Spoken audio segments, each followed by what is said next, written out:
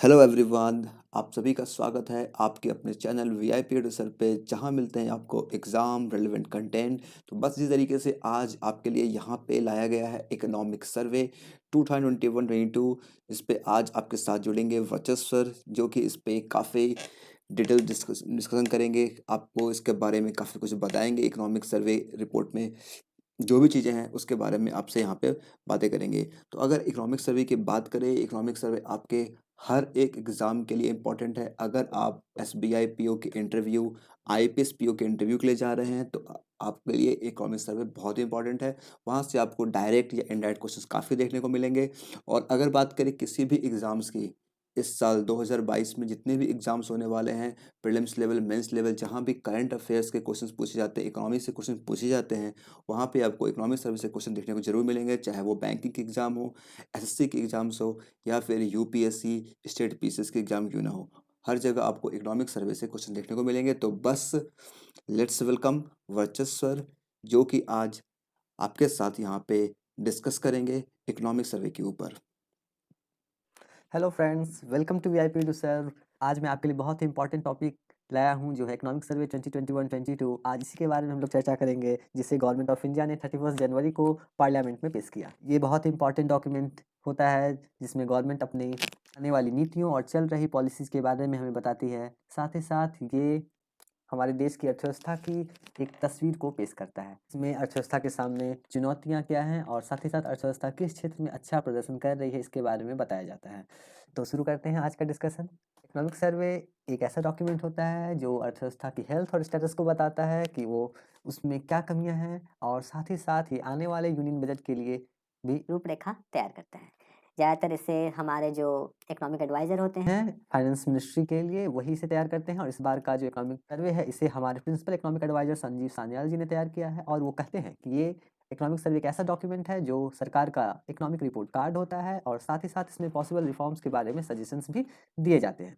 यदि इसकी हिस्ट्री की बात करें, तो पहला इकोनॉमिक सर्वे 1950-51 में जारी किया गया था, जो लगभग 50 पेजेस का था। और इसमें एक ब्रीफ आउटलाइन, एक छोटी सी तस्वीर पेश की गई उस समय की अर्थव्यवस्था की। और 1957-58 का जो इकोनॉमिक सर्वे था, ये मात्र 38 पेजेस का था। अब ये बहुत ही एक वास्ट और बहुत ही अच्छी तस्वीर पेश करता है, इस कारण आपको साफ पता चल रहा होगा कि इस साल का जो आर्थिक सर्वेक्षण, ये 413 पेजेस का है। तो ये बताता है कि पहले की अपेक्षा इकोनॉमिक सर्वे कितना वास्ट और कितने एलॉबोरेट ढंग से हमारी अर्थव्यवस्था की तस्वीर को पेश करता है।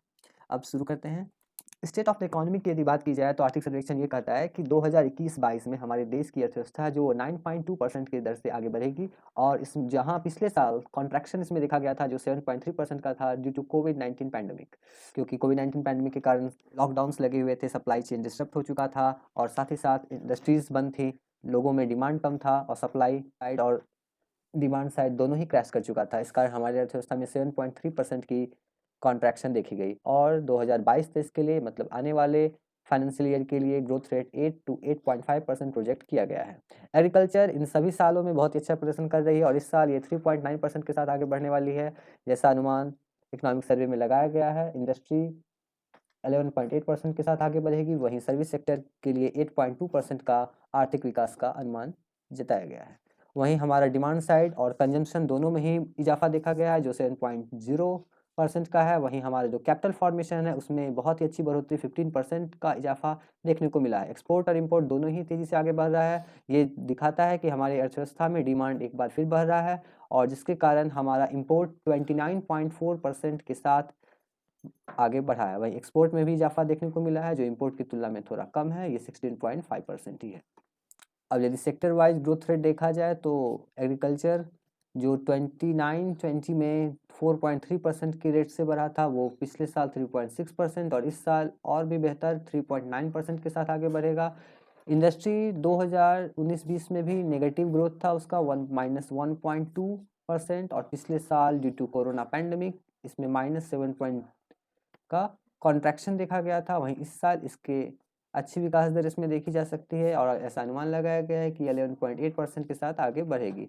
और इसी इंडस्ट्री सेक्टर में हमारा mining, manufacturing, electricity gas supply और कंस्ट्रक्शन, ये सभी आते हैं। क्योंकि कंस्ट्रक्शन एक लेबर इंटेंसिव सेक्टर है, तो इसमें -8.6% का कॉन्ट्रैक्शन देखा गया था पिछले साल, जो इस साल 10.7% के साथ आगे बढ़ेगी। सर्विस सेक्टर जो 2019-20 में 7.2% के रेट से आगे बढ़ा था, इस साल और पिछले साल कोरोना पैंडेमिक के कारण सर्विस सेक्टर -8.4% के साथ कॉन्ट्रैक्ट किया था, मतलब कि इसमें गिरावट देखी गई थी, जो इस साल कुछ सुधार के साथ 8.2% पे चल रहा है। लेकिन यदि हम ये देखें कि हमारी अर्थव्यवस्था में रिकवरी कितना हो रहा है, मतलब कि प्री पैंडेमिक लेवल से हम लोग आगे निकल पाए हैं कि नहीं, तो इस मामले में हमारा एग्रीकल्चर सेक्टर अच्छा दिख रहा है, क्योंकि प्री पैंडेमिक मतलब 2019-20 के समय में से हम लोग 100 इज द रेंज, ये रेंज है हमारे 2019-20 का। अब हम ये देखेंगे कि हम उससे कितना आगे निकले हैं। तो 2019-20 में यदि हम लोग 100 पे थे, तो एग्रीकल्चर सेक्टर 107 पे है, इंडस्ट्री 104 पे, मतलब कि हम प्री पैंडेमिक लेवल को क्रॉस कर चुके हैं। लेकिन सर्विस सेक्टर में ऐसा नहीं दिख रहा है। सर्विस सेक्टर में ऐसा दिख रहा है कि हम लोग अभी भी प्री पैंडेमिक लेवल से नीचे, मतलब कि यदि प्री पैंडेमिक लेवल 100 है तो ये 99.2% ही है, मतलब कि हमारा ग्रोथ होने इस साल 8.2% ग्रोथ के बावजूद भी हम लोग प्री पैंडेमिक लेवल पे नहीं पहुंच पाए हैं। हमारा जो रिकवरी है वो 99.2 पे ही है।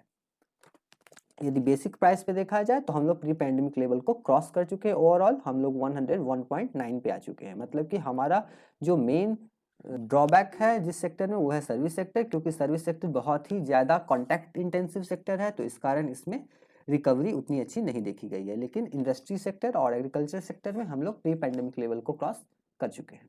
अब यदि शेयर्स देखा जाए कि अर्थव्यवस्था में हमारे डिफरेंट सेक्टर्स का क्या योगदान है, तो एग्रीकल्चर एनालाइज सेक्टर का जो शेयर है वो बढ़ा है 2019-20 की तुलना में, और 2020 में तो ये 18.4 से बढ़कर 20.2 पे पहुंच गया। इसका मेन कारण सर्विस सेक्टर और इंडस्ट्री सेक्टर में नेगेटिव ग्रोथ था, और इस साल भी ये प्री पैंडेमिक लेवल से ज़्यादा, यानी 2019-20 में 18.4% शेयर थी एग्रीकल्चर की, जो इस साल 18.8% रहने का अनुमान है। वहीं इंडस्ट्रियल सेक्टर 26.7% का योगदान अर्थव्यवस्था में करती थी, जो इस साल 28.2% योगदान रहेगा। वहीं सर्विस सेक्टर का यदि देखा जाए तो ये 55% का योगदान हमारी अर्थव्यवस्था में देती थी प्री पैंडेमिक लेवल, यानी 2019-20 में, जो पिछले साल घट के 2020-21 में 53.9% पे थी, और इस साल इसमें और गिरावट देखी गई और ये 53% ही योगदान हमारी अर्थव्यवस्था में कर पाई। इसका कारण सर्विस सेक्टर में ग्रोथ ना हो पाना, और दूसरा अर्थव्यवस्था और एग्रीकल्चर सेक्टर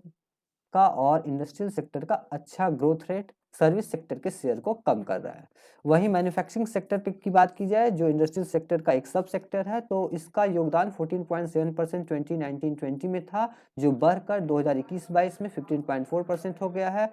और मैं आपको ये बात बता दूं कि इसी मैन्युफैक्चरिंग सेक्टर का शेयर मेक इन इंडिया के तहत सरकार 25% करना चाहती है। ये मेक इन इंडिया के तहत सरकार का लक्ष्य है कि इसको बढ़ा के 25% टोटल जीडीपी में इसकी शेयर हो जाए, ये 25% की शेयर हमारे जीडीपी में करे। ऐसा देखा जाता है कि जितनी भी मैन्युफैक्चरिंग इकोनॉमी हैं, जैसे कि साउथ कोरिया, चाइना, वियतनाम, इन सब में ये 25% से कहीं ज़्यादा 30%, 35% इस तरह का योगदान कर रही है, क्योंकि मैन्युफैक्चरिंग सेक्टर बहुत ही ज़्यादा रोजगार देता है।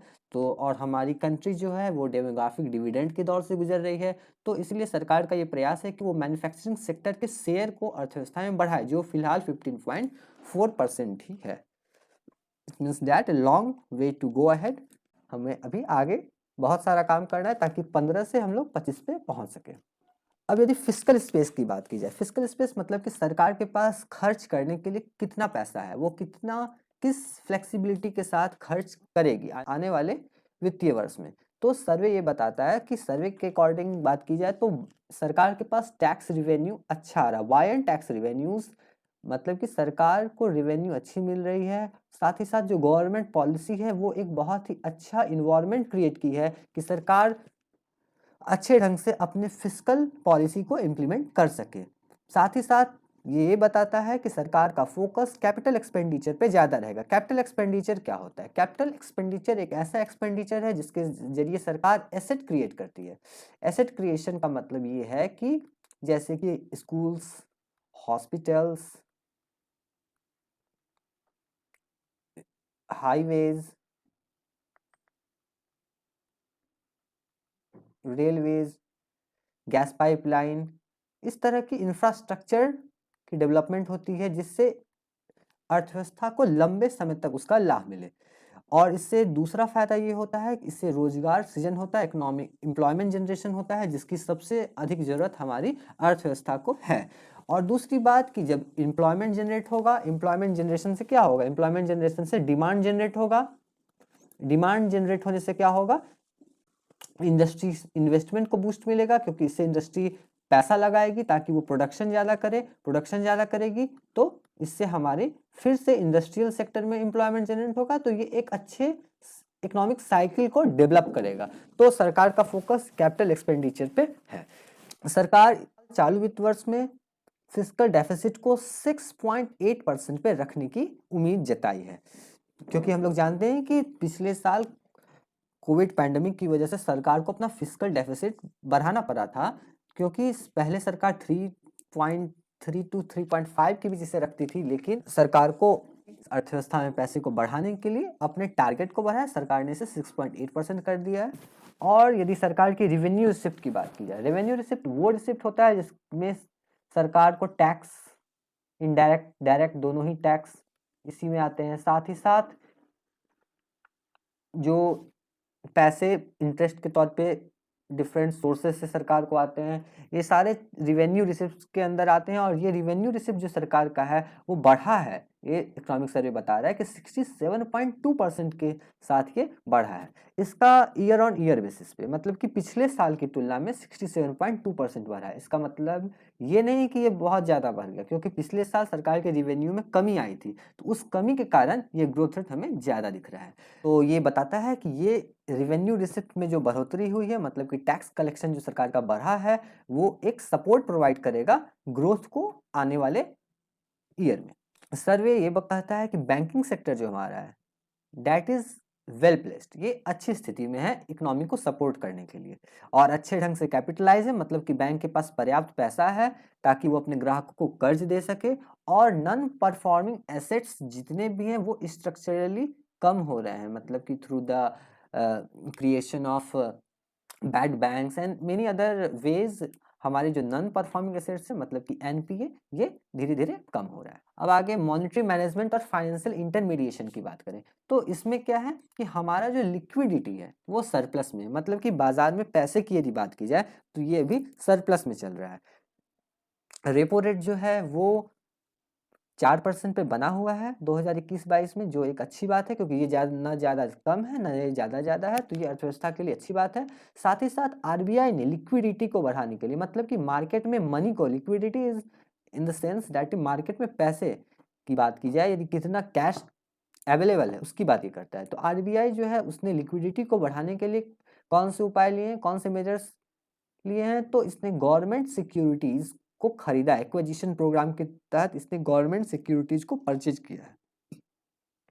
अब आप कोई चीज परचेज करते हो तो क्या करते हो, उसके बदले उसे पैसा दोगे, तो ये आरबीआई का ये एक स्टेप है जिससे वो लिक्विडिटी को बढ़ाती है। ये क्या करती है, मार्केट से गवर्नमेंट सिक्योरिटी को ले लेती है, गवर्नमेंट सिक्योरिटी को खरीदती है आरबीआई, बदले में क्या करती है, बदले में ये मार्केट में कैश देती है। तो इस कैश आने से क्या होता है, कैश आने से ये होता है कि मार्केट में डिमांड जनरेट होता है, और इस डिमांड से हमारी इकोनॉमी जो है वो आगे बढ़ती है। और इकोनॉमिक सर्वे ये कहता है कि हमारे जो कॉमर्शियल्स बैंक हैं ये बहुत ही अच्छे ढंग से इस पैंडमिक के इकोनॉमिक शॉक को बर्दाश्त कर लिए हैं। साथ ही साथ इनका जो क्रेडिट ग्रोथ है, मतलब कि इनकी कर्ज देने की जो विकास दर है वो भी बढ़ रहा है, और ये 5.3% के साथ बढ़ा है अप्रैल 2021 में, और ये 9.2% के साथ बढ़ा है 31 दिसंबर 2021 तक। अप्रैल से 2021 तक इसका जो ग्रोथ रेट था वो क्या था, 9.2%। साथ ही साथ हमारा जो ग्रॉस नॉन परफॉर्मिंग एसेट्स, मतलब कि एनपीए जो है ये घटा है, 11.2% से घट के 6.9% हो गया है सितंबर 2021 में। Net non performing advance ratio decline to 6% to 2.2% during the same period. अब नॉन परफॉर्मिंग एडवांस रेशियो, अब इसका जो रेशियो है वो घट के 6 से 2.2% पे आ गया है। Capital to risk weighted asset ratio जो शेड्यूल कमर्शियल बैंक्स के हैं वो भी बढ़ रहा है, 13% से बढ़ के ये 16.54% पे आ गया है। Return on asset and return on equity for public sector में continue to be positive for the period ending September 2021। ये बता रहा है कि रिटर्न जो गवर्नमेंट बैंक्स को, कमर्शियल बैंक्स को जो मिल रहा है वो भी पॉजिटिव है, मतलब कि अच्छा साइन शो कर रहा है। एक्सेप्शनल ईयर है कैपिटल मार्केट के टर्म में। कैपिटल मार्केट में स्टॉक मार्केट की जब बात की जाए तो इसमें ये देखा गया है कि 89,066 करोड़ रुपीज को रेज किया गया है through initial public offering, IPO के तहत। सरकार जो अपने शेयर्स, अपनी इक्विटी को जो शेयर मार्केट के थ्रू बेचती है उससे 89,066 करोड़ रुपीज को जनरेट किया गया है। सेंसेक्स और निफ्टी भी नई ऊंचाइयों को छू रहा है। सेंसेक्स 61,766 के पीक पे पहुंचा, वहीं निफ्टी हमारा 18,477 की नई बुलंदियों को अक्टूबर 18, 2021 को छुआ। वहीं दूसरी ओर इमर्जिंग मार्केट इकोनॉमी की बात की जाए तो हमने सभी इमर्जिंग मार्केट इकोनॉमी को पीछे पछाड़ दिया है इस अप्रैल दिसंबर से 2021 में। यदि स्टॉक मार्केट की बात किया, मतलब कि भारतीय स्टॉक एक्सचेंजों में अच्छी रिटर्न देखने को मिली है। अब फिस्कल डेवलपमेंट की बात करें सरकार की, तो रिवेन्यू रिसिप्ट जो है वो सेंट्रल गवर्नमेंट का 67.2% के साथ बढ़ा है। फिस्कल डेवलपमेंट की बात की जाए तो गवर्नमेंट की रिवेन्यू रिसिप्ट्स में 67.2% की बढ़ोतरी देखी गई है और ग्रॉस टैक्स रिवेन्यू जो है वो भी 50% से ज़्यादा बढ़ा है, जो प्री पैंडमिक लेवल की तुलना में भी ज़्यादा है। साथ ही साथ कैपिटल एक्सपेंडिचर की बात की जाए तो ये अप्रैल नवंबर, मतलब कि फर्स्ट हाफ 2021-22 के में 13.5%, 13.5% के साथ ये बढ़ा है। और फोकस हमारा कहाँ है? फोकस हमारा इंफ्रास्ट्रक्चर इंटेंसिव सेक्टर्स पे है, जैसे roads, highway, gas pipeline, schools, hospitals, railways, इन पे। हमारा जो रिवेन्यू कलेक्शन है और टारगेटेड एक्सपेंडिचर पॉलिसी जो है वो भी फिस्कल डेफिसिट, फिस्कल डेवलपमेंट की बात की जाए तो सेंट्रल गवर्नमेंट की रिवेन्यू रिसिप्ट्स में 67.2% की बढ़ोतरी देखी गई है। साथ ही साथ हमारा जो ग्रॉस टैक्स रिवेन्यू है वो 50% से ज़्यादा की ग्रोथ को शो कर रहा है, जो प्री पैंडमिक लेवल से भी अच्छी स्थिति में है। हमारा कैपिटल एक्सपेंडिचर जो है वो 13.5% के साथ बढ़ा है, जिसमें फोकस हमारा कहाँ है? हमारा फोकस इंफ्रास्ट्रक्चर इंटेंसिव सेक्टर्स में है, जैसे कि रोड्स, हाईवेज, रेलवेज, इन सेक्टर्स में। वहीं हमारा जो रिवेन्यू कलेक्शन है वो बजट एस्टिमेट का 46.2% पे है। फिस्कल डेफिसिट जो हमारा होगा वो 46.2% होगा बजट एस्टिमेट का। वहीं इनहेंस्ड बोरोइंग के कारण कोविड-19 पैंडेमिक की वजह से सरकार को अधिक कर्ज लेने पड़े, तो बोरोइंग्स गवर्नमेंट की बढ़ गई। इसके कारण इसका हमारे बोरोइंग्स का, सेंट्रल गवर्नमेंट के डेब्ट का जो शेयर 2019-20 में 49.1% पे था, वो बढ़कर 2020-21 में 59.3% हो गया जीडीपी का। लेकिन अकॉर्डिंग टू इकोनॉमिक सर्वे ये डिक्लाइनिंग ट्रेजेक्टरी पे है, मतलब कि इसमें गिरावट देखी जा रही है और ये इकोनॉमी में रिकवरी के साथ ही ठीक हो जाएगा। बात करते हैं एक्सटर्नल सेक्टर की। एक्सटर्नल सेक्टर मतलब कि जिसमें हमारा एक्सपोर्ट, इंपोर्ट, सर्विस का ट्रेड, रेमिटेंस, फॉरेक्स रिजर्व, ये सब आते हैं। इसको देखेंगे। देखा जाए तो इंडिया का जो मर्चेंडाइज एक्सपोर्ट है, मतलब कि वस्तुओं का निर्यात, और इंपोर्ट्स मतलब वस्तुओं का आयात जो है वो प्री कोविड लेवल को क्रॉस कर गया है इस फाइनेंशियल ईयर में। ये बताता है कि हम एक अच्छे रिकवरी पाथ पे हैं। साथ ही साथ नेट सर्विसेज में भी हम लोगों को अच्छी खासी डेवलपमेंट देखने को मिली है। हमारा रिसिप्ट और पेमेंट दोनों ही बढ़ा है और ये प्री पैंडेमिक लेवल को क्रॉस कर गया, जबकि हमारा टूरिज्म सेक्टर जो है वो अभी भी वीक है, क्योंकि ये एक कॉन्टैक्ट इंटेंसिव सेक्टर है, जिसके कारण इस पे due to cascading effect of lockdowns ये टूरिस्ट का अराइवल कम हुआ है। साथ ही साथ यदि कैपिटल इनफ्लो की बात देखी जाए तो ये $65.6 बिलियन रहा फर्स्ट हाफ ऑफ द 2021-22 साल के पहले 6 महीने में। 65.6 बिलियन डॉलर का हमें कैपिटल फ्लो देखने को मिला है। इसका कारण क्या है? इसका कारण है फॉरेन इन्वेस्टमेंट। हमारा फॉरेन इन्वेस्टमेंट लगातार बढ़ रहा है। साथ ही साथ एक्सटर्नल कमर्शियल बोरोइंग, जो विदेशों से पैसा लिया जाता है, हमारी कंपनीज या हमारे कॉर्पोरेट सेक्टर जो बाहर से पैसा लेते हैं, जो जनरली डॉलर में आता है, डॉलर के फॉर्म में आता है, उसमें भी रिवाइवल, उसमें भी सुधार देखने को मिला है। इसका कारण ये है कि हमारी अर्थव्यवस्था अच्छी रफ्तार पे है, तो फिर से इन्वेस्टमेंट करने के लिए पैसे की ज़रूरत है, तो वो एक्सटर्नल मार्केट से वो बोरो कर रहे हैं। साथ ही साथ हायर बैंकिंग कैपिटल और स्पेशल ड्राइंग राइट जो है हमारा एलोकेशन, वो भी बढ़ा है। स्पेशल ड्राइंग राइट क्या है? तो ये IMF की एक सुविधा है जिसका उपयोग किसी भी देश की सरकार या उस देश का केंद्रीय बैंक, यानी कि इंडिया की बात की जाए तो RBI करता है। इंडिया का जो एक्सटर्नल डेब्ट है वो बढ़ के 593.1 बिलियन US डॉलर हो गया है, जो एक साल पहले 556.8 बिलियन US डॉलर था। हमारा SDR का एलोकेशन जो था उसमें भी बढ़ोतरी देखी गई है। साथ ही साथ हमारा कमर्शियल बोरोइंग्स जो है वो भी बढ़ा है। तो मेनली हमारा जो एक्सटर्नल डेब्ट है इसके बढ़ने के दो रीजंस बताए गए हैं। पहला, SDR एलोकेशन जो है वो बढ़ा है, और दूसरा हमारा कमर्शियल बोरोइंग्स बढ़ा है। फॉरेन एक्सचेंज रिजर्व, फॉरेक्स जिसे कहते हैं, वो 600 बिलियन डॉलर को पहली बार क्रॉस किया है। ये 633.6 बिलियन US डॉलर 31 दिसंबर 2021 को था। और इंडिया के पास दुनिया का चौथा सबसे बड़ा फॉरेक्स रिजर्व है। इंडिया के आगे स्विट्जरलैंड, जापान और चीन का नंबर आता है। और यदि करंट अकाउंट बैलेंस की घाटे की बात की जाए, जिसे कैड कहते हैं, करंट अकाउंट डेफिसिट की बात यदि की जाए, तो 0.2% ऑफ GDP ये है।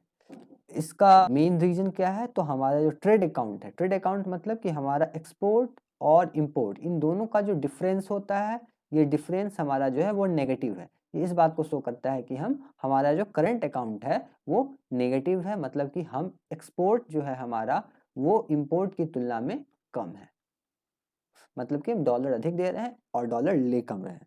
मर्चेंडाइज एक्सपोर्ट की यदि बात की जाए, तो इंडिया का जो मर्चेंडाइज एक्सपोर्ट है ये बहुत ही तेजी से रिकवर किया है, मतलब कि इसमें बहुत ही अच्छी ग्रोथ देखी गई है। It has registered the positive growth in the current financial year, और हमारा जो मर्चेंडाइज एक्सपोर्ट है वो 49.7% के साथ बढ़ा है, और ये 301.4 बिलियन डॉलर पहुंच गया है। जबकि मैं आपको ये बता दूं कि इस साल सरकार ने मर्चेंडाइज एक्सपोर्ट के लिए मात्र 300 US डॉलर का ही लक्ष्य रखा था, लेकिन इससे भी ये क्रॉस करके 301 पे पहुंच गया है।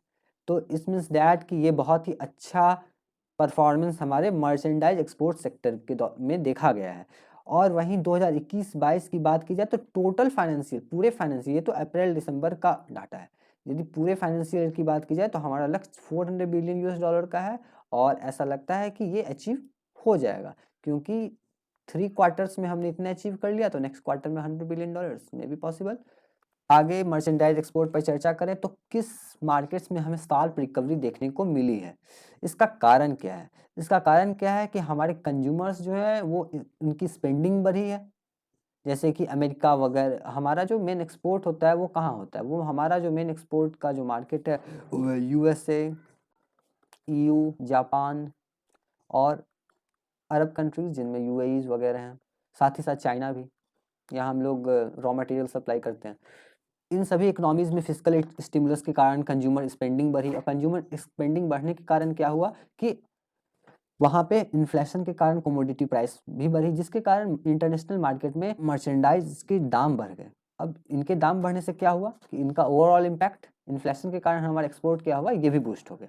तो इन सब रीजंस की वजह से हमारा जो एक्सपोर्ट इस साल रहा वो बढ़ गया। पहला तो कंज्यूमर स्पेंडिंग बढ़ा, है ना। दूसरा कि ग्लोबल कमोडिटी की प्राइसेस बढ़ गई, मतलब कि सामान का जो दाम था वो बढ़ गया, जिस कारण हमें अधिक पैसे मिले। तो इन और साथ ही साथ गवर्नमेंट ने भी अपने पॉलिसीज के द्वारा एक्सपोर्ट को पुश करना चाहा, तो इन सब का जो कंबाइन इफेक्ट हमारे एक्सपोर्ट के बढ़ने में दिखा।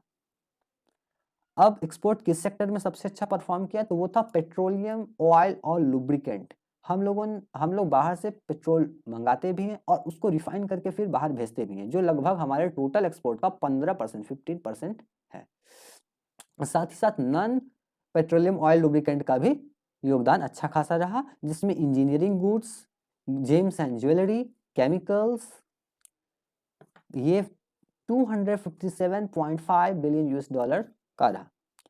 साथ ही साथ इस पूरे ही सेक्टर में 40.1% का ग्रोथ रेट देखने को मिला है, जो 2019-20 में 24.9% ही था। साथ ही साथ एग्रीकल्चर की एक्सपोर्ट की यदि बात की जाए तो इसमें भी बढ़ोतरी देखने को मिल रही है। ये 23.2% के साथ बढ़ा है, जो पहुंचा कहाँ है 31.0 बिलियन डॉलर, मतलब कि हम लोग 31 बिलियन डॉलर का एक्सपोर्ट एग्रीकल्चर और उसके प्रोडक्ट का कर रहे हैं। ये एक अच्छी बात है, क्योंकि हमारे किसान जो है उनका ओवर प्रोडक्शन के कारण उन्हें अच्छा दाम बाजार में नहीं मिल पाता था। यदि सरकार उनका एक्सपोर्ट हो रहा है तो इससे हमें फॉरेन करेंसी भी मिल रही है, साथ ही साथ किसानों को एक अच्छी कीमत भी मिल रही है। That is a good sign. जो 2019 में ये 35% के साथ बढ़ा था, मतलब कि हम अपने प्री पैंडेमिक लेवल को क्रॉस कर रह गए हैं। अब यदि मर्चेंडाइज एक्सपोर्ट में यदि एग्रीकल्चर की बात की जाए तो हम लोग क्या देख रहे हैं, ग्रोथ कैसा है। तो यदि ग्रोथ की बात की जाए तो 2014-15 में 39.1% का ग्रोथ था, जो घट के 32 पे गया 33, मतलब कि करीब हम लोग 30% से ऊपर का ही ग्रोथ देख रहे हैं। लेकिन 2020-21 में क्या हमने एक रिकॉर्ड ही बना लिया, हमने 40 को क्रॉस कर गया, हमने 41.9% का इजाफा देखने को मिला, 49.9, और ये ग्रोथ जो था ये 17.7% का था।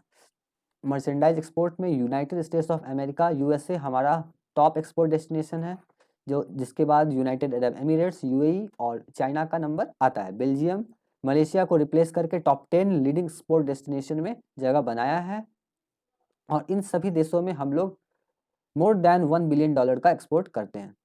इस पाई चार्ट से हम लोग ये समझ सकते हैं कि हमारे टोटल एक्सपोर्ट में कितना योगदान है। तो 18.4% यूएसए को एक्सपोर्ट हो रहा है, यूएई को 6.6%, चाइना 5.9%, उसके बाद बांग्लादेश का नंबर आता है, बांग्लादेश को हम लोग 3.5% मर्चेंडाइज एक्सपोर्ट हो रहा है हमारा, और Hong Kong 2.8, Singapore 2.8, Netherlands 2.6, UK 2.6, Belgium 2.4 और जर्मनी 2.3।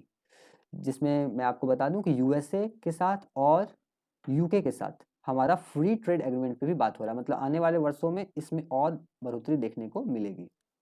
अब ट्रेड एग्रीमेंट की बात करें तो सरकार फ्री ट्रेड एग्रीमेंट पे बहुत सारे देशों के साथ बायलैटरल और रीजनल लेवल पे बातें कर रही हैं, जिनमें comprehensive economic cooperation agreement caeca जो इंडिया और ऑस्ट्रेलिया के बीच इस पे बातचीत चल रही है। साथ ही साथ फ्री ट्रेड एग्रीमेंट पे हमारी यूरोपियन यूनियन के साथ बात हो रही है, कनाडा, यूएई, इन सब के साथ हम लोग कॉम्प्रिहेंसिव इकोनॉमिक पार्टनरशिप एग्रीमेंट पे बातचीत कर रहे हैं। साथ ही साथ इंडिया आसियान के साथ भी सर्विस सेक्टर को इंक्लूड करने के लिए ट्रेड एग्रीमेंट पे बातचीत कर रहा है। यूएई के साथ हमारे नेगोशिएशंस एडवांस स्टेज में हैं, और यूएई और ऑस्ट्रेलिया इन दोनों के साथ ही फ्री ट्रेड एग्रीमेंट के इस साल साइन होने की उम्मीद है। और इंडिया ने यूके और यूएसए के साथ भी रिसेंटली अपना free trade agreement negotiations launch किए हैं। तो यदि इन सब जिन पे बातचीत की गई ट्रेड एग्रीमेंट पे, यदि ये सब ट्रेड एग्रीमेंट हो जाते हैं तो इंडिया के ट्रेड में बहुत ही ज़्यादा इजाफा देखने को आने वाले ईयर्स में मिलेगा।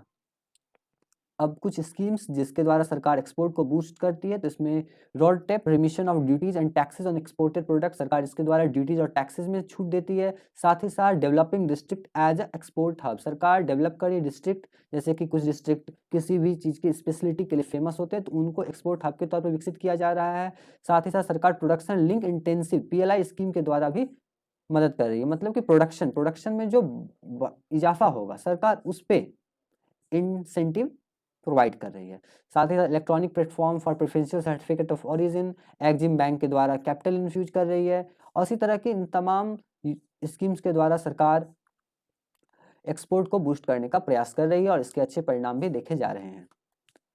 अब बात करते हैं मर्चेंडाइज इंपोर्ट की। तो मर्चेंडाइज इंपोर्ट हमारा जो है वो 68.9% के साथ बढ़ा है, मतलब कि एक्सपोर्ट से ज़्यादा ग्रोथ हमें हमारे इंपोर्ट में देखने को मिला है, जो 443.8 बिलियन US डॉलर का रहा हमारे अप्रैल दिसंबर 2021 पीरियड में। इस पीरियड में जहां हमारा एक्सपोर्ट क्या था 301 बिलियन डॉलर पे था, तो हमारा इंपोर्ट जो है वो इससे लगभग 143 बिलियन डॉलर से भी ज़्यादा का रहा।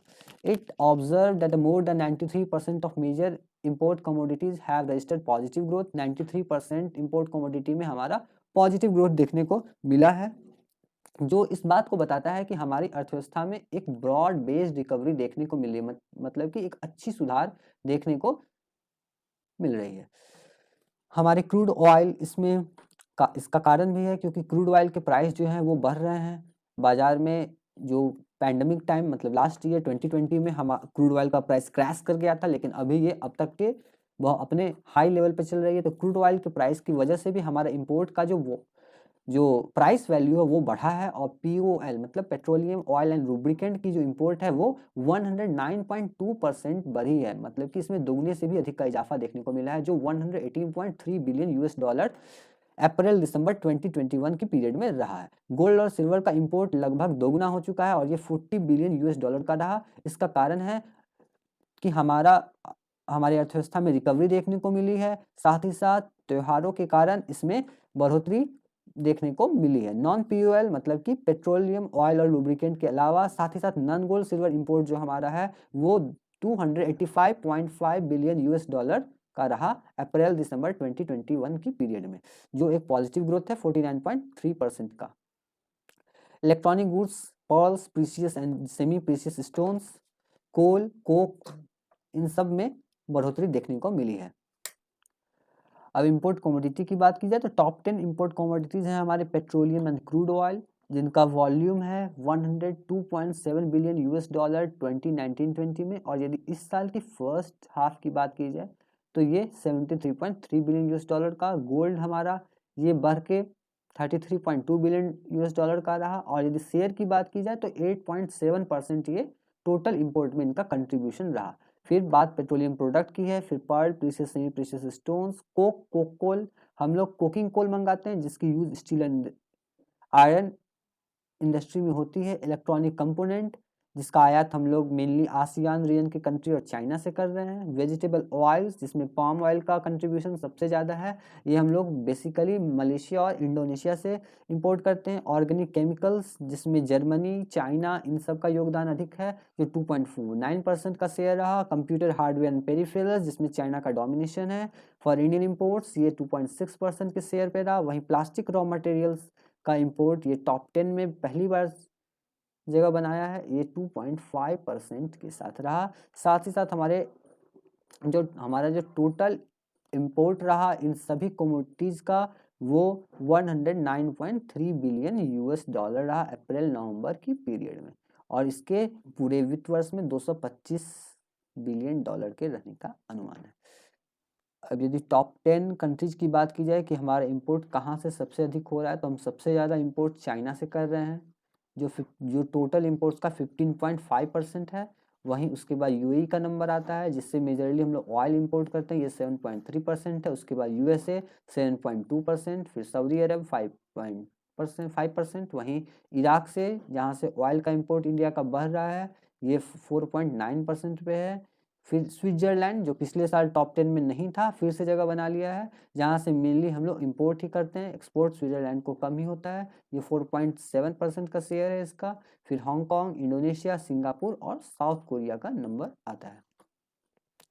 यदि मर्चेंडाइज ट्रेड बैलेंस की बात की जाए, मतलब कि हम एक्सपोर्ट और इंपोर्ट का क्या डिफरेंस है, तो ये हमारा नेगेटिव रहा, क्योंकि हम लोगों ने इंपोर्ट एक्सपोर्ट से ज़्यादा किया है।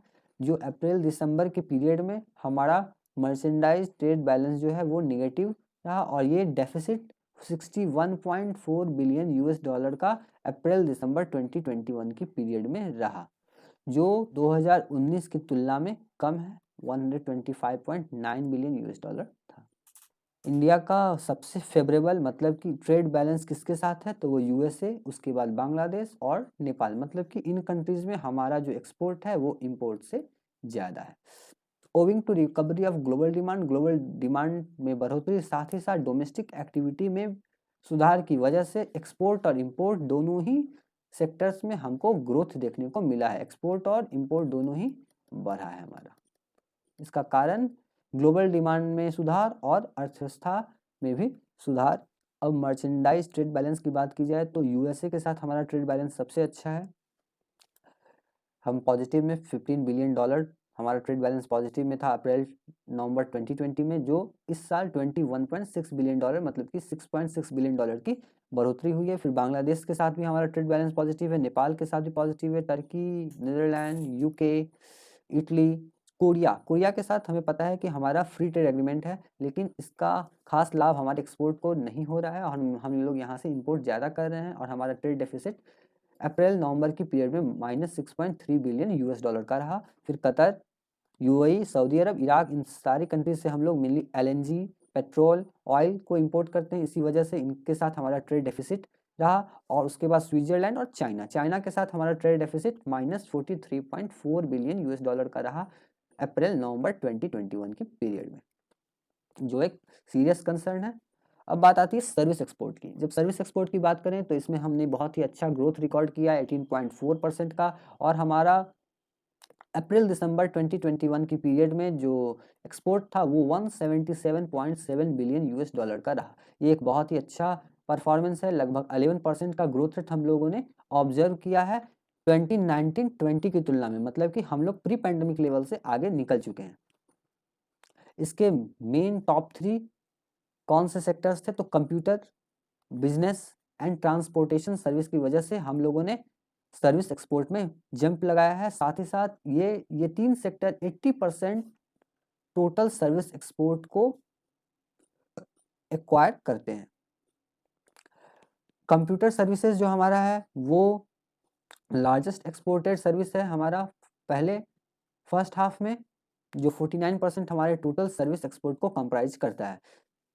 हमारा ट्रांसपोर्टेशन एक सर्विस जो है उसका एक्सपोर्ट 14.7% के साथ बढ़ा है, जो 14.3 बिलियन यूएस डॉलर के साथ रहा है, जबकि बहुत सारे कोविड रिस्ट्रिक्शंस के कारण हमारा क्रॉस बॉर्डर ट्रेड एक्टिविटी और शिपिंग कंटेनर्स में भी शॉर्टेज देखने को मिले थे, फिर भी इसमें एक अच्छा ग्रोथ, एक पॉजिटिव साइन है। अब सर्विस इंपोर्ट की बात की जाए तो ये भी बढ़ा है, ये 21.5% के साथ बढ़ा है, और ये 103.3 बिलियन यूएस डॉलर का रहा अप्रैल दिसंबर 2021-22 की पीरियड में, जिसमें 6.2% का ग्रोथ रेट 2019-20 की तुलना में देखा गया, मतलब कि प्री पैंडमिक लेवल से ज़्यादा इंपोर्ट प्रेजेंट टाइम में हम लोगों ने किया है।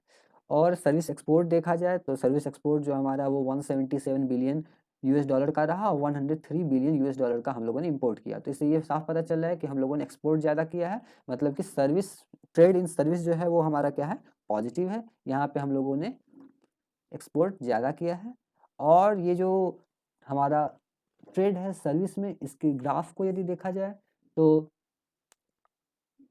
क्वार्टर वाइज यदि देखें 2021-22 की, तो 56 बिलियन यूएस डॉलर का हमने एक्सपोर्ट किया और 30 बिलियन डॉलर का इंपोर्ट किया। यहाँ भी हम लोगों ने प्लस 26 बिलियन डॉलर अर्न किया। यहाँ पे क्वार्टर 2 की बात की जाए तो 61 बिलियन यूएस डॉलर का हम लोगों ने एक्सपोर्ट किया है, वहीं 36 बिलियन यूएस डॉलर का इंपोर्ट किया गया, तो ये भी पॉजिटिव है। और थर्ड क्वार्टर में जो अभी अप्रैल से जो दिसंबर की पीरियड तक की, वहाँ पे हम लोगों ने 60 बिलियन यूएस डॉलर का एक्सपोर्ट किया है और 37 बिलियन डॉलर का इंपोर्ट किया है। तो हर जगह हम लोगों ने पॉजिटिव ग्रोथ एक्वायर किया है। अब बैलेंस ऑफ पेमेंट की बात की जाए और फॉरेन एक्सचेंज रिजर्व की बात की जाए तो करंट अकाउंट डेफिसिट जो है उसको हम लोगों ने कैसे क्वेश्चन किया, उसको कैसे काबू में लाया, उसको क्वेश्चन करने के लिए हमारे पास बहुत ही अच्छा कैपिटल फ्लो था in terms of FDI, remittance, इन सब के कारण हमारा जो overall balance of payment जो था वो सरप्लस ही रहा, और ये सरप्लस 63.1 बिलियन यूएस डॉलर का रहा, मतलब कि हमारे पास 63.1 बिलियन यूएस डॉलर हमारे पास ओवरऑल बैलेंस बचा। This is led to an augmented foreign exchange reserve, जो जिसके कारण हमारा फॉरेन एक्सचेंज रिजर्व सितंबर 2021 के अंत में 635.4 बिलियन यूएस डॉलर को टच किया, जो एक बहुत ही अच्छा लेवल है। और हमारा जो फॉरेक्स है वो वर्ल्ड का चौथा सबसे बड़ा फॉरेक्स रिजर्व है after China, Japan and Switzerland. जब इंपोर्ट कवर की बात की जाए तो अभी इंडिया का जो फॉरेक्स रिजर्व है वो 13.2 मंथ के इंपोर्ट करने के लिए सफिशियंट है, जो मार्च 2021 में 17.4 मंथ का था, मतलब कि हमारा जो इंपोर्ट कवर है वो क्या हुआ, वो घटा है, वो 17.4 मंथ से घटकर 13.2 मंथ का रह गया है। इसकी वजह क्या है? इसकी वजह ये है कि हमारे डोमेस्टिक एक्टिविटी में बढ़ोतरी देखने को मिली है, जिस कारण इंपोर्ट बढ़ा है। अब यदि फॉरेन एक्सचेंज रिजर्व की ग्राफ को देखा जाए तो ये बहुत ही अच्छा शो कर रहा है। हम लोग 2019-20 में हमारा जो फॉरेक्स था वो 430 कि फर्स्ट क्वार्टर में 430 बिलियन यूएस डॉलर था, जो 2021-22 के क्वार्टर में 611 बिलियन यूएस डॉलर का था।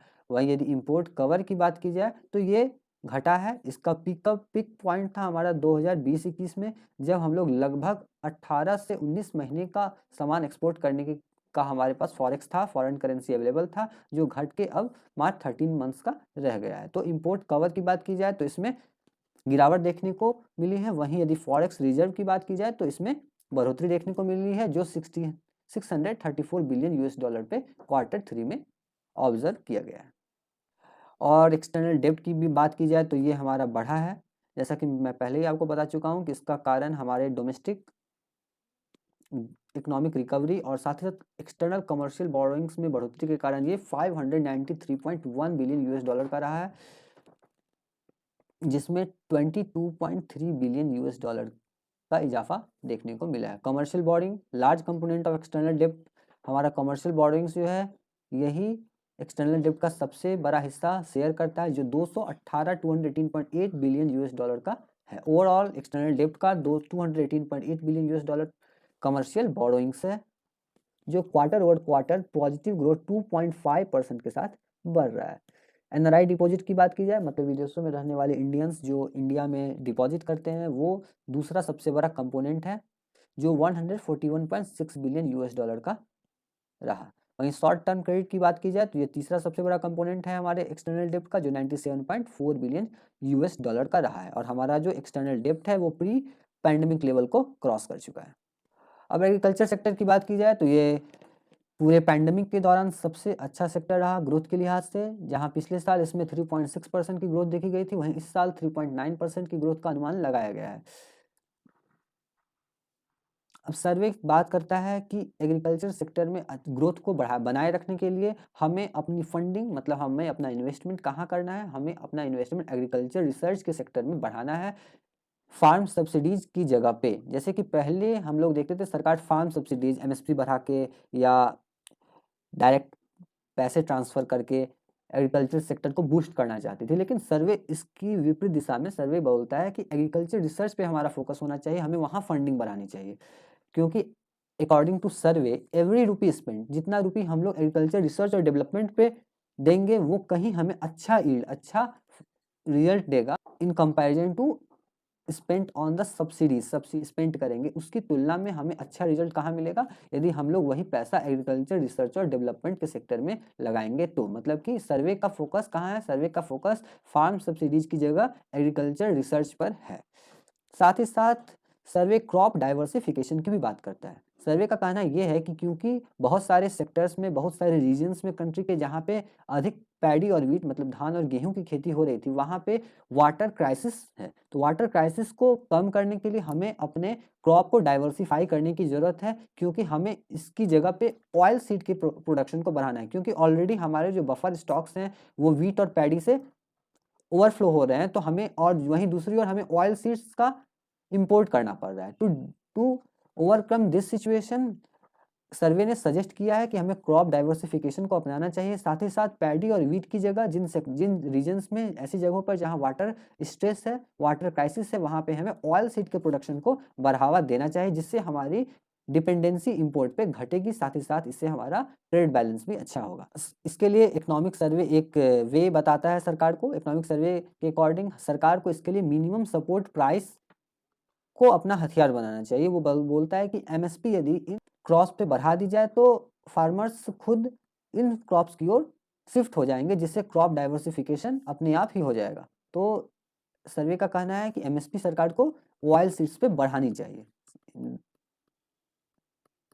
जिससे कि वीट और पैडी से हटकर किसान ऑयल सीड्स का प्रोडक्शन करें, जिससे हमारा इंपोर्ट भी घटेगा।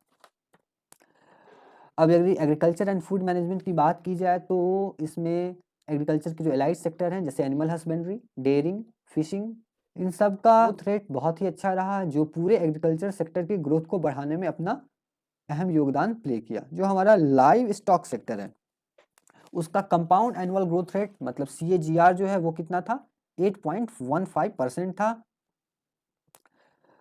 ये एक बहुत ही अच्छा इनकम सोर्स रहा, किनके लिए, तो ये एग्रीकल्चरल हाउस होल्ड के लिए, जो किसान सब हैं वो इनसे लाइव स्टॉक सेक्टर से अपने इनकम को बढ़ा रहे हैं। साथ ही साथ ये उनका एक स्टेबल सोर्स है इनकम को बढ़ाने का, और लगभग 15% का जो उनका एवरेज मंथली इनकम है वो कहाँ से आ रहा है, वो लाइव स्टॉक सेक्टर से ही आ रहा है। मतलब कि पशुपालन से उन्हें उनकी कुल आमदनी का योगदान 15% है इस सेक्टर से। अब सरकार फूड प्रोसेसिंग सेक्टर को कैसे बढ़ावा दे रही है, तो सरकार इसके लिए इंफ्रास्ट्रक्चर को डेवलप कर रही है, साथ ही साथ ट्रांसपोर्टेशन में सब्सिडीज प्रोवाइड कर रही है, और और माइक्रो फूड इंटरप्राइजेज के फॉर्मलाइजेशन जैसे स्टेप से हमारे फूड प्रोसेसिंग सेक्टर को सपोर्ट मिल रहा है। इंडिया के पास क्या है, इंडिया जो है वर्ल्ड का सबसे बड़ा फूड मैनेजमेंट प्रोग्राम चला रहा है अकॉर्डिंग टू इकोनॉमिक सर्वे, जिसमें प्रधानमंत्री गरीब कल्याण योजना का अहम योगदान है, जिसके तहत सरकार फूड सिक्योरिटी कवरेज प्रोवाइड कर रही है सभी पुअर्स को। Even urban and rural population are getting free food grains under this scheme. अब आते हैं इंडस्ट्रियल सेक्टर पे। तो इंडस्ट्री का जो ग्रोथ है वो इस साल 11.8% रहने की उम्मीद है, जो एक अच्छा ग्रोथ रेट है, जो ये बता रहा है कि हम लोग कोविड पैंडमिक की क्लाउड से बाहर निकल चुके हैं और ये एक पॉजिटिव ग्रोथ अर्थव्यवस्था के लिए अच्छा संकेत है। जहां मैन्युफैक्चरिंग का जो एवरेज शेयर है इस पूरे इंडस्ट्रियल सेक्टर में वो 16.3% का है और इसका शेयर पिछले साल गिर के 14.4% ही रह गया था, क्योंकि इसमें बहुत ही ज़्यादा कॉन्ट्रैक्शन देखने को मिली थी। लेकिन ऐसा माना जा रहा है कि इस साल ये रिकवर करके अपने शेयर को बढ़ा के 15.3% तक कर लेगा। फिर भी वो प्री पैंडमिक लेवल से कम है, करीब 1%। जो प्री पैंडमिक लेवल पर 16.3% था वो अब 15.3% ही रहेगा। इंडस्ट्रियल ग्रोथ के लिए सिल्वर लाइंस क्या क्या अच्छे संकेत हैं इंडस्ट्रियल ग्रोथ के लिए, तो वो है वायलेंट एफडीआई का फ्लो बहुत अच्छा है, साथ ही साथ बिजनेस सेंटिमेंट्स जो है वो भी अच्छी है। हमारा इंडस्ट्री जो है वो उसका पॉजिटिव आउटलुक प्रेजेंट कर रहा है हमारे इकोनॉमिक को लेके, ये बात सर्वे बताता है।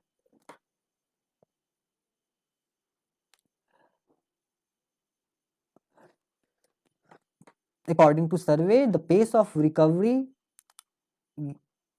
और ग्रोथ दोनों ही बना रहेगा। इसकी वजह वो ये कहता है कि गवर्नमेंट जो है वो स्ट्रक्चरल, फिस्कल और इंफ्रास्ट्रक्चरल रिफॉर्म्स ला रही है, जैसे कि स्ट्रक्चरल रिफॉर्म्स, फिस्कल रिफॉर्म्स में, और sleeve of measures like production linked incentive schemes के साथ ही सरकार ने इंडस्ट्रीज को सपोर्ट किया। इन सब मेजर्स के द्वारा गवर्नमेंट रिकवरी को और ग्रोथ को बनाए रखने में सफल रहेगी, ऐसी बात सर्वे कह रहा है। अब सर्विस सेक्टर की बात करें तो यदि ग्रॉस वैल्यू एडिशन, इसका ग्रॉस वैल्यू देखा जाए तो ये प्री पैंडमिक लेवल को क्रॉस कर गया है। और जहाँ तक कॉन्टैक्ट इंटेंसिव सेक्टर्स की बात की जाए जैसे कि ट्रांसपोर्ट, ट्रेड, ये सभी सेक्टर्स अभी भी प्री पैंडमिक लेवल से नीचे ही हैं। मतलब कि हमारा ट्रेड और ट्रांसपोर्ट प्री पैंडमिक लेवल को टच नहीं कर पाया है, मतलब कि इसका जो नेगेटिव ग्रोथ था वो अभी भी उसे 2019-20 की तुलना में नीचे ही रखा है। ओवरऑल सर्विस सेक्टर का जो ग्रोथ है वो 8.2% रहने का अनुमान लगाया गया है, जिसमें अप्रैल से दिसंबर 2021 की यदि बात की जाए तो रेल फ्रेट, मतलब कि रेलवे के माल भाड़े से, माल भाड़ा जो है वो उसका प्री पैंडमिक लेवल को क्रॉस कर चुका है।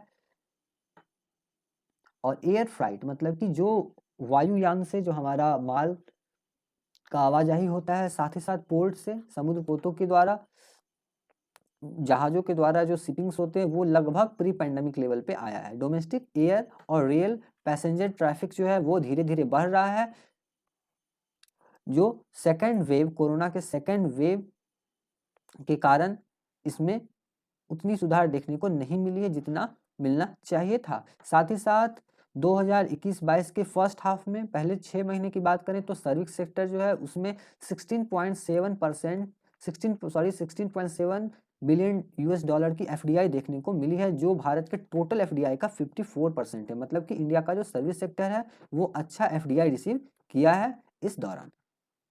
वहीं आईटी और बीपीओ सर्विस की बात की जाए तो इसकी रेवेन्यू 194 बिलियन यूएस डॉलर पर पहुंच गई है। साथ ही साथ इसने इसी पीरियड में 1.38 लाख एम्प्लॉयज को रोजगार भी दिया है। अब फार्मा सेक्टर की बात की जाए तो इसमें फॉरेन डायरेक्ट इन्वेस्टमेंट, हमारा जो एफडीआई है वो अप्रैल सितंबर यानी कि first half of this financial year में बढ़कर 53% की बढ़ोतरी देखी गई है, जो बढ़ के 4,413 करोड़ रुपीज हो गया है। इसमें एक्स्ट्रा ऑर्डिनरी ग्रोथ देखने को मिली है, क्योंकि इंडिया पूरे वर्ल्ड का फार्मास्यूटिकल से कहा जाता है। यहाँ पे मैक्सिमम वैक्सीन्स जितने भी हैं वो बनाए जाते हैं। साथ ही साथ ये जेनरिक मेडिसिन का एक अच्छा सप्लायर इंटरनेशनल मार्केट में है। गवर्नमेंट के अकॉर्डिंग कंट्री जो है वो लार्जेस्ट सप्लायर है जेनरिक मेडिसिन का, लगभग 20% पूरे टोटल ग्लोबल सप्लाई में इसका कंट्रीब्यूशन है।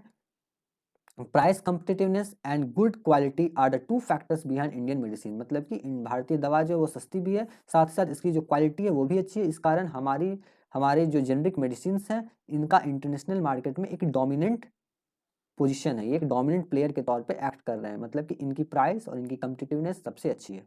Indian pharmaceutical industry ranks third in world pharmaceutical production by volume. Volume के अकॉर्डिंग हम लोग तीसरे सबसे बड़े फार्मास्यूटिकल इंडस्ट्री हैं। यदि बात की जाए उसकी वैल्यू की तो हम लोग 10th लार्जेस्ट हैं। हमारा टोटल एक्सपोर्ट $24.4 बिलियन है, वहीं इंपोर्ट हमारा $7 बिलियन है। मतलब कि हम लोग ट्रेड सरप्लस में है 17.5 बिलियन US के। हम लोग इंपोर्ट जैसे कि API एक्टिव फार्मास्यूटिकल इंग्रेडिएंट्स को इंपोर्ट करते हैं फार्मा सेक्टर में, जो मेनली इंपोर्ट हमारा चाइना से होता है। तो इस कारण हम $7 बिलियन का करीब इंपोर्ट भी कर रहे हैं। लेकिन ओवरऑल यदि ट्रेड को देखा जाए तो ये पॉजिटिव है 17.5 बिलियन US का। अब रेलवे की बात की जाए तो आने वाले 10 सालों में रेलवे जो है उसमें बहुत ही हाई लेवल का कैपिटल एक्सपेंडिचर होने जा रहा है, जो पैसेंजर्स की डिमांड को भी पूरा करेगा। साथ ही साथ जो ये फ्लाइट है ये 40 to 45% बढ़ने की उम्मीद है। जो अभी 26 से 27% के लेवल पे है वो बढ़ के 40 to 45% हो जाएगा। आने वाले 10 साल में हमारा जो कैपिटल एक्सपेंडिचर जो है वो पूरे रेलवे सिस्टम का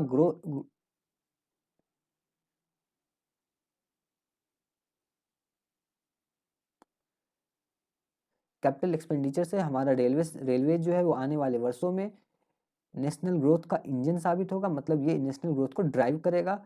अनप्रेसिडेंट कोविड चैलेंजेस की बाद भी हम इंडियन रेलवेज ने 1.23 टन्स ऑफ फ्रेट को कैरी किया है, और वहीं 1.25 बिलियन पैसेंजर्स को इसने के जर्नी में भी ये शामिल रहा है। इसके साथ ही वैक्सीनेशन की बात की जाए तो वैक्सीनेशन को इकोनॉमिक सर्वे ने सबसे महत्वपूर्ण करार दिया है। यदि अर्थव्यवस्था की रफ्तार को बनाए रखनी है तो vaccination can play a very vital role in economy. वहीं इसने वैक्सीनेशन ने लॉस ऑफ लाइफ को कम किया है, साथ ही साथ इसने कॉन्फिडेंस को भी बढ़ाया है, जिसका प्रभाव देखने को मिला है। वहीं हम लोगों ने सेकेंड वेव में जो वैक्सीनेशन की कमी के कारण जो परेशानी थी उस पर ओवरकम करने के लिए vaccination will be the key weapon.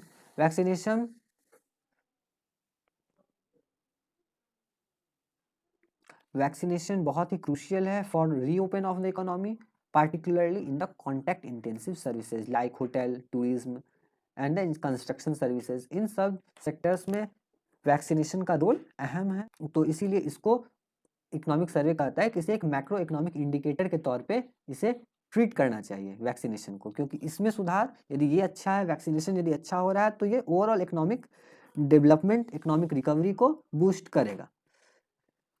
Data के अकॉर्डिंग 99% जो हमारे हेल्थ केयर वर्कर्स हैं उन्हें 100% front line worker, 87% population age between 18 to 44, 95% people जो 60 साल के, 89% जो 45 से 60 ईयर्स के बीच में है, वहीं 89% ऑफ पॉपुलेशन जो 60 साल से अधिक है उन सबको फर्स्ट डोज एडमिनिस्टर किया जा चुका है। अब बात इन्वायरमेंट, फॉरेस्ट और क्लीन एनर्जी की जाए तो इंडिया का रैंक पूरे वर्ल्ड में तीसरा है। यदि बात की जाए वो एवरेज एनुअल कितना गेन कर रहा है फॉरेस्ट एरिया, यदि फॉरेस्ट एरिया में उसने कितनी बढ़ोतरी की है वर्षों में, तो इंडिया का रैंक वर्ल्ड वाइज तीसरा होगा इस पूरे दशक में। 2010 से लेकर 2020 तक की यदि बात की जाए तो इंडिया दुनिया में तीसरा सबसे ज़्यादा फॉरेस्ट एरिया को बढ़ाने वाला कंट्री रहा है। इंडिया ने करीब 2,66,000 हेक्टेयर्स ऑफ लैंड को फॉरेस्ट एरिया में कन्वर्ट किया है। तो इस ढंग से इंडिया ने बहुत ही अच्छा काम किया है, जो इंडिया के टोटल ज्योग्राफिकल एरिया का 24% है। इंडिया का जो फॉरेस्ट कवर है वो बढ़ के 24% हो गया है, और ये वर्ल्ड का 2% है। वर्ल्ड के टोटल फॉरेस्ट एरिया का ये 2% है। और वहीं जब क्लीन एनर्जी की बात की जाए तो सेंटर ने 20% ब्लेंडिंग की बात की है। 20% इथेनॉल ब्लेंडिंग पेट्रोल में की जाएगी 2025 तक। 2025 तक सरकार ने पेट्रोल में 20% इथेनॉल मिलाने की बात की है, जो कंट्री के इंपोर्ट बिल को, ऑयल के इंपोर्ट बिल को कम करेगा, और साथ ही साथ ये एग्रीकल्चर सेक्टर को भी बूस्ट करेगा, क्योंकि इथेनॉल मेनली शुगर केन से जनरेट होता है। तो इससे शुगर केन के जो वेस्ट हैं उनको प्राइस मिल जाएगा, जिससे ओवरऑल क्या होगी, फार्मर्स की जो इनकम है वो क्या होगी, इंक्रीज होगी। तो इससे एग्रीकल्चर सेक्टर को भी बूस्ट मिलेगा, साथ ही साथ इन्वायरमेंट पॉल्यूट होने से भी बचेगा। इथेनॉल ब्लेंडिंग का जो टारगेट है 2021-22 के लिए वो 10% रखा गया है। और इस साल हम लोगों ने ब्लेंडिंग करीब 302 करोड़ लीटर का इथेनॉल ब्लेंडिंग अब तक कर लिया है पेट्रोल में। ये बात इकोनॉमिक सर्वे 2021-22 में कही गई। एजुकेशन सेक्टर के लिए सर्वे ये बताता है कि कोई खास डाटा गवर्नमेंट के पास अवेलेबल नहीं था, इसलिए उसने एक अच्छी तस्वीर नहीं पेश कर पाई है, लेकिन उसने एक दूसरे सर्वे का हवाला लिया है। एसर्स की सर्वे को यूज करते हुए उसने बताया है कि करीब 2.5% जो स्कूल्स ना जाने वाले बच्चों की संख्या जो है वो बढ़ी है। 2.5% 2018 में ऐसे बच्चे थे जो स्कूल में इनरोल नहीं हुए थे, वो बढ़ के 4.6% 2021 में हो गई है। मतलब कि 6 से 14 साल की एज के जो बच्चे हैं, 6 to 14 ईयर्स के बीच के जो बच्चे हैं, वो स्कूल्स में नहीं इनरोल होने वाली जो परसेंटेज थी वो बढ़ के 4.6% हो गई 2021 में। और वहीं 10 में से 6 बच्चे ऐसे हैं जिनके पास कोई लर्निंग मटेरियल नहीं है। रूरल चिल्ड्रन की यदि बात की जाए, गांव में रहने वाले बच्चों की बात की जाए, तो 10 में से 6 करीब 60%, अबाउट 60% स्टूडेंट्स ऐसे हैं जिनके पास लर्निंग मटेरियल्स भी नहीं है।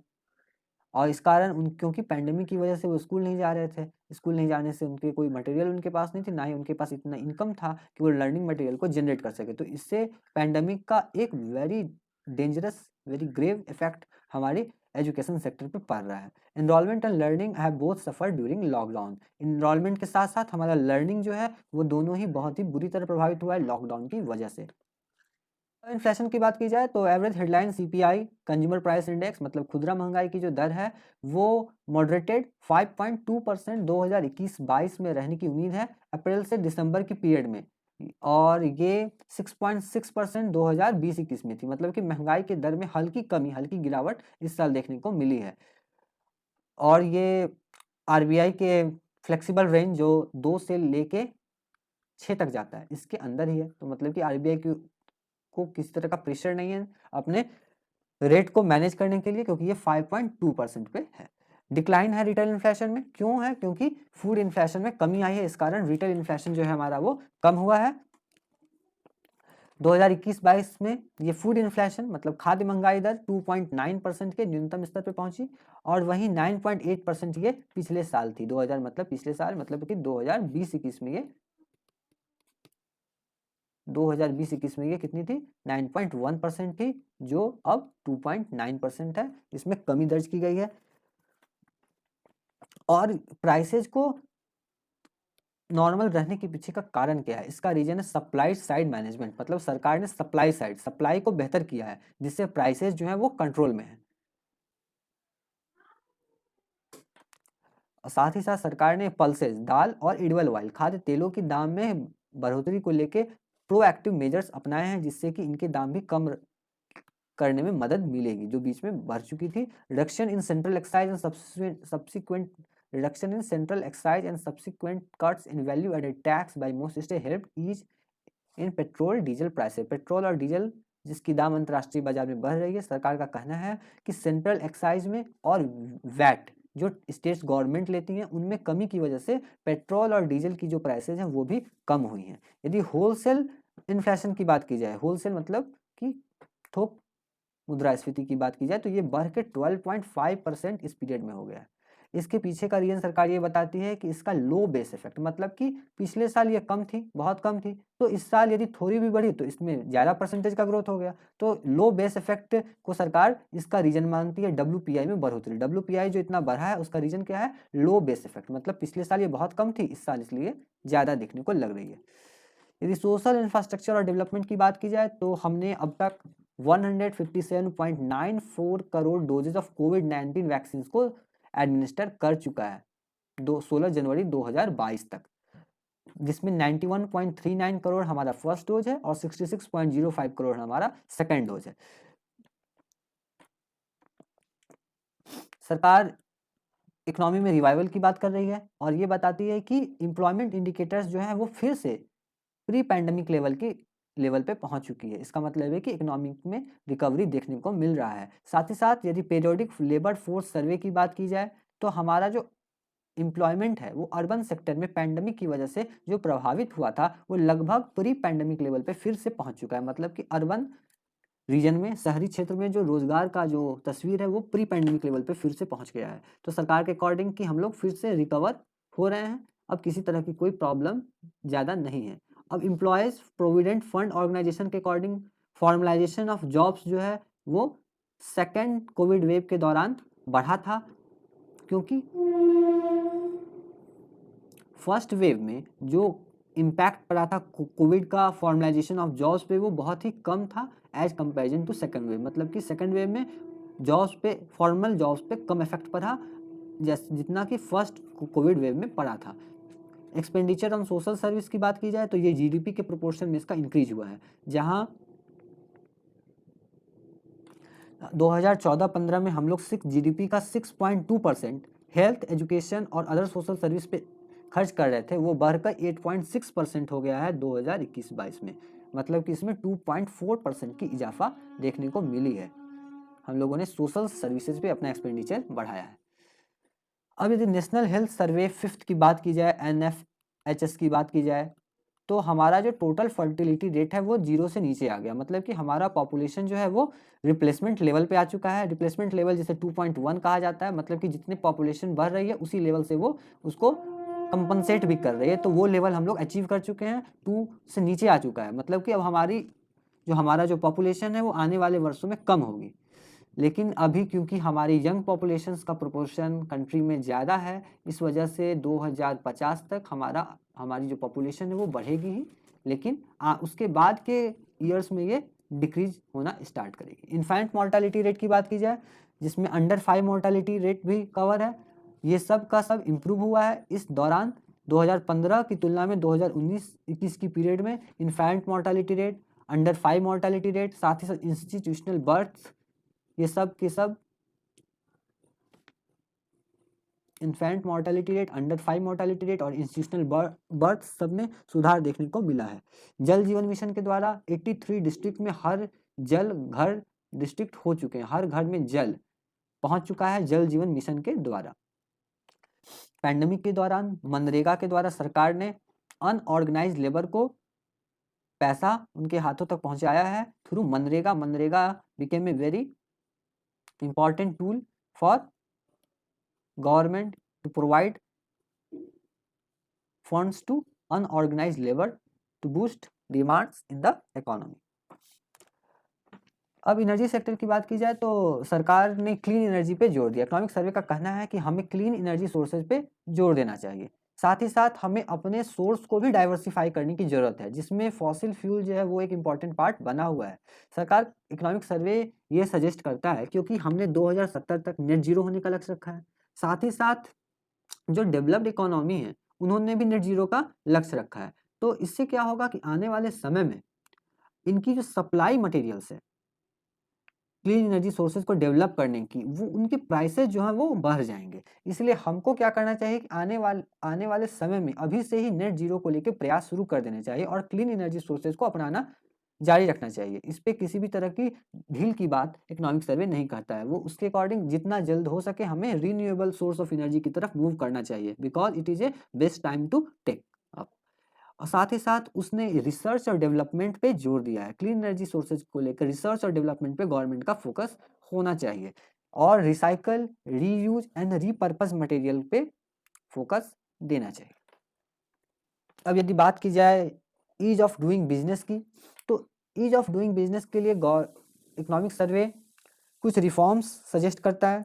इकोनॉमिक सर्वे के अकॉर्डिंग गवर्नमेंट को वॉलंटरी लिक्विडेशन प्रोसेस में, ताकि कॉरपोरेट्स जो है वो घाटे के समय में अपनी इच्छा से ही बाहर निकलने को प्रोसेस जो है वॉलंटरी लिक्विडेशन की जो प्रोसेस है उसको सरकार को आसान बनाना चाहिए। मतलब कि बाहर निकलने की जो प्रक्रिया है उसे आसान बनाने की बात करता है। साथ ही साथ ये क्रॉस बॉर्डर इंसॉल्वेंसी प्रोसेस की बात करता है। क्रॉस बॉर्डर इंसॉल्वेंसी प्रोसेस क्या है? तो ऐसी कंपनी जिनके जो स्टेक होल्डर्स हैं, मतलब कि जिनमें शेयर्स जिन लोगों का है वो डिफरेंट कंट्रीज से आती हैं, तो ऐसे कंपनी का इंसॉल्वेंसी प्रोसेस जो है वो क्रॉस बॉर्डर इंसॉल्वेंसी प्रोसेस के अंदर आता है। तो इसके लिए यूएन यूनाइटेड नेशंस कमीशन और इंटरनेशनल ट्रेड लॉ जो है ये बताता है कि क्रॉस बॉर्डर इंसॉल्वेंसी के लिए इसके कुछ लॉज हैं, कुछ कन्वेंशन हैं, जिसे अडॉप्ट करने की बात करता है इंडियन कॉन्टेक्स्ट में भारतीय कानूनों को, भारतीय परिस्थितियों को ध्यान में रखते हुए इसे मॉडिफाइड फॉर्म में, अनसिट्रल के मॉडिफाइड फॉर्म को इन इंडियन कॉन्टेक्स्ट ये इकोनॉमिक सर्वे बात करता है इम्प्लीमेंट करने की। अब तक करीब 49 कंट्रीज ने इसे अडॉप्ट किया है, जिनमें सिंगापुर, यूके, यूएस ये सभी देश शामिल हैं। तो ये भारत में भी cross border insolvency process UN citral की तर्ज पर लागू करने का सुझाव इकोनॉमिक सर्वे देता है। साथ ही साथ ये पेटेंट एप्लीकेशन रिजिम में भी सुधार की बात करता है। पेटेंट एप्लीकेशन का जो हमारा जो रिजिम है, जो व्यवस्था है, वो बहुत ही पेचीदा है in comparison to other countries like China, Germany, USA. तो इसको भी आसान बनाने की और अच्छे बनाने की बात करता है। साथ ही साथ वो पूरे लिक्विडेशन प्रोसेस के लिए एक सिंगल विंडो क्रिएशन की बात करता है। मतलब कि एक सिंगल विंडो, जो भी मिनिस्ट्रीज उससे रिलेटेड हैं या जो भी डिपार्टमेंट्स उससे रिलेटेड हैं, उसे सिंगल विंडो के अंदर लाने की बात ये करता है, जिससे कि पूरे ही लिक्विडेशन की इंटायर प्रोसेस ही आसान हो जाए और कोई भी कंपनी को एग्जिट करने में अधिक समय ना लगे, जिससे ईज ऑफ डूइंग बिजनेस का जो हमारा इन्वॉल्वमेंट है वो और भी अच्छा होगा। अब आगे के लिए इकोनॉमिक सर्वे ग्रोथ को बनाए रखने के लिए कुछ सुझाव देता है। वो कहता है कि यदि हम लोग अपने वैक्सीनेशन कवरेज को बढ़ाते रहें, वाइड स्प्रेड वैक्सीनेशन करते रहें, साथ ही साथ सप्लाई साइड रिफॉर्म को जारी रखें और रेगुलेशन को आसान बनाएं, साथ ही साथ एक्सपोर्ट ग्रोथ को बढ़ावा देने के लिए उस पर हमारा फोकस बना रहे और फिस्कल स्पेस जो है उसे कैपिटल एक्सपेंडिचर की ओर पुश करें, तो हमारा जो ग्रोथ है वो 2022-23 में इन्हीं सब चीज़ों से लेड होगा। यदि इन सब चीज़ों पे फोकस रखा गया तो हमें एक अच्छा ग्रोथ रेट 2022-23 में देखने को मिल सकता है। और लास्ट में इकोनॉमिक सर्वे ये बोलता है कि मैक्रो इकोनॉमिक स्टेबिलिटी जो हमारे कंट्री का है वो एक अच्छी स्थिति में है, जिससे वो आने वाले वर्ष में मतलब कि 2022-23 की चैलेंजेस को अच्छे ढंग से ले सकता है और अच्छा परफॉर्म कर सकता है। In the sense economic survey एक पॉजिटिव व्यू